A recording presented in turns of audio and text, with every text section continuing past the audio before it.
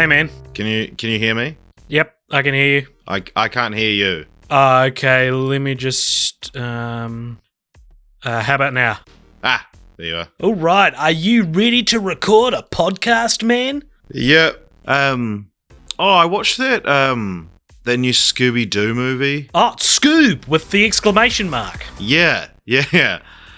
Fuck, what a bad movie. So bad, unfathomably bad. I mean, it's not even really a Scooby Doo movie. What do you mean? Well, I'm no Scooby Doo expert myself, but isn't there like a tried and true formula to telling a Scooby Doo story? Yeah, like a mystery. Yeah. And then they solve it, and then there's like, there's ghosts and shit usually, but like there's none of that in this film. This film is like Scooby Doo is the chosen one, and he's the key to opening a portal to the underworld. There were too many things happening. It was too busy trying to set up its own cinematic universe. Yeah, which is nuts that studios are still trying to copy the Marvel formula. Yeah, man. Have we learned nothing? It makes all the same mistakes as Batman v Superman or The Mummy 2017. It's so concerned with, like, laying the foundations for crossover movies that it forgets to be its own thing. And now what? All those dead cinematic universes died in vain? Yeah, the reason the MCU works in the first place is because they let their standalone films be standalone and stay true to their central characters. Yeah, like we got an Iron Man movie or a Guardians of the Galaxy movie, and they all sort of feel like their own thing. Yeah, like Black Panther wasn't trying to set up Infinity War for its entire runtime. Yeah. So it feels like this clearly should have just been a solo classic Scooby-Doo mystery with a couple of nods to Blue Falcon or Dick Dastardly, and not this weird superhero team-up bullshit that brings all these characters together. Yeah, most of whom I personally only have like a vague peripheral knowledge of. Yeah, I was not raised on Hanna-Barbera at all. Who is Captain Caveman? Was he in the Flintstones? No, he had his own show, I think. Hanna-Barbera just had two shows about cavemen independently of each other? Yeah, I guess so. Huh.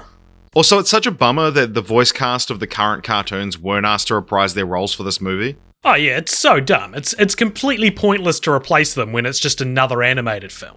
I could understand why you'd want to cast famous faces for like a new live action film, like then it makes sense to get your big name celebrities like Zac Efron or Amanda Seyfried or Will Forte. You reckon Will Forte is a big name celebrity? You know, probably not. Weird.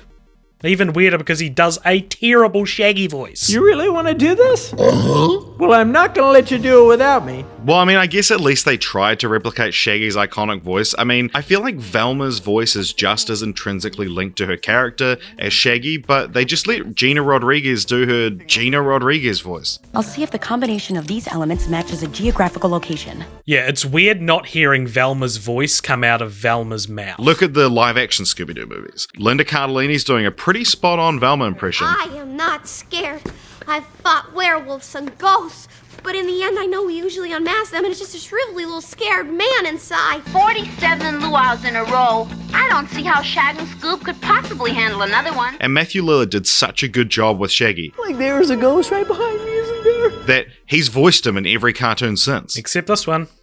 Yeah, except this one. Shaggy is also like traditionally vegetarian, right? And one of the first pieces of information this film gives us is that he enjoys eating kebabs, like with meat. So it starts off immediately disrespecting the series. Oh yeah, with young Shaggy? Yeah, young Shaggy, whose voice actor isn't even trying to do a Shaggy voice. He's just saying like before most of his sentences. Like, no way, bro. That's the Rigby house. Yeah, and did I fall asleep and dream that Simon Cowell's in this movie?